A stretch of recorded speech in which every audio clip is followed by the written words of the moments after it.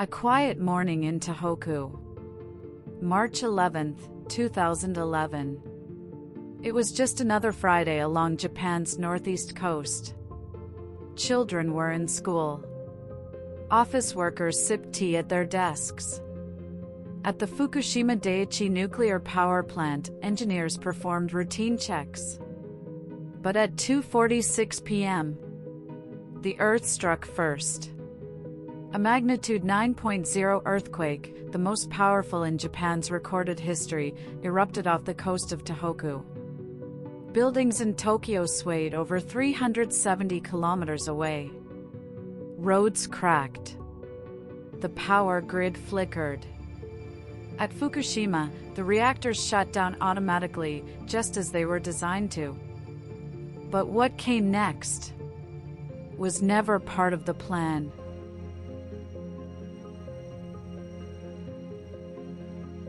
Less than an hour later, a tsunami taller than 14 meters, 46 feet, slammed into the Japanese coast. The plant's protective seawall, built for 6.1 meters, was overwhelmed. The wave crushed villages, flooded cities, and killed nearly 20,000 people. It destroyed the plant's backup generators, the only systems keeping the reactor cooling pumps alive. And just like that, the countdown began. With the power out, the reactor cores began to overheat. Temperatures soared past 1,200 degrees Celsius, 2,200 degrees Fahrenheit.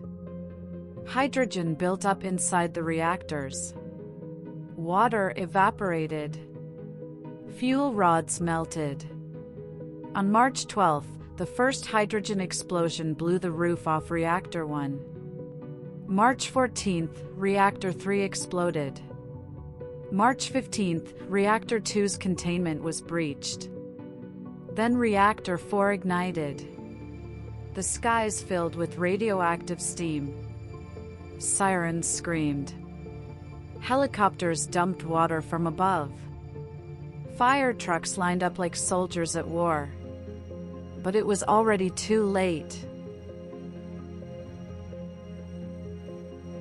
Over 160,000 people were forced to flee the Fukushima region.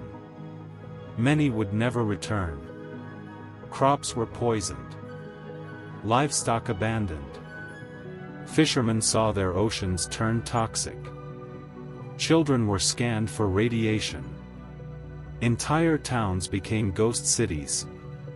And the word Fukushima joined Chernobyl in the dark lexicon of nuclear disaster.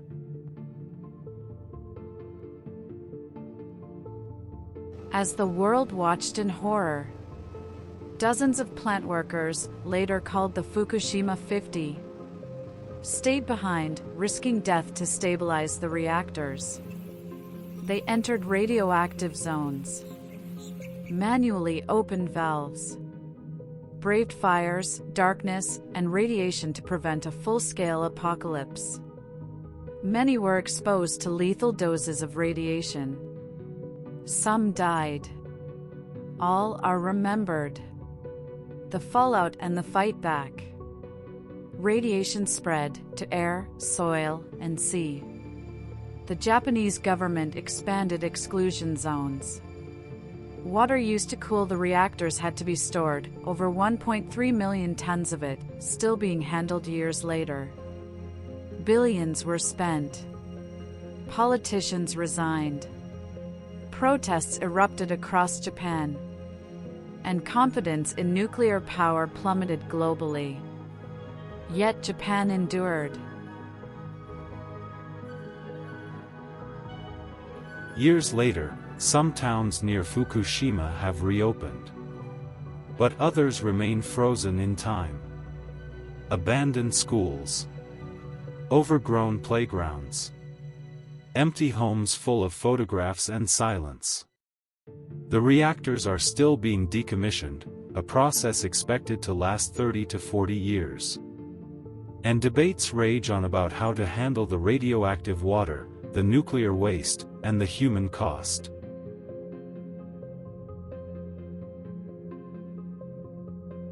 The earthquake shook the land. The tsunami drowned the coast. And the nuclear meltdown poisoned the future. 3 disasters in one day. 3 catastrophes converging into one name, Fukushima.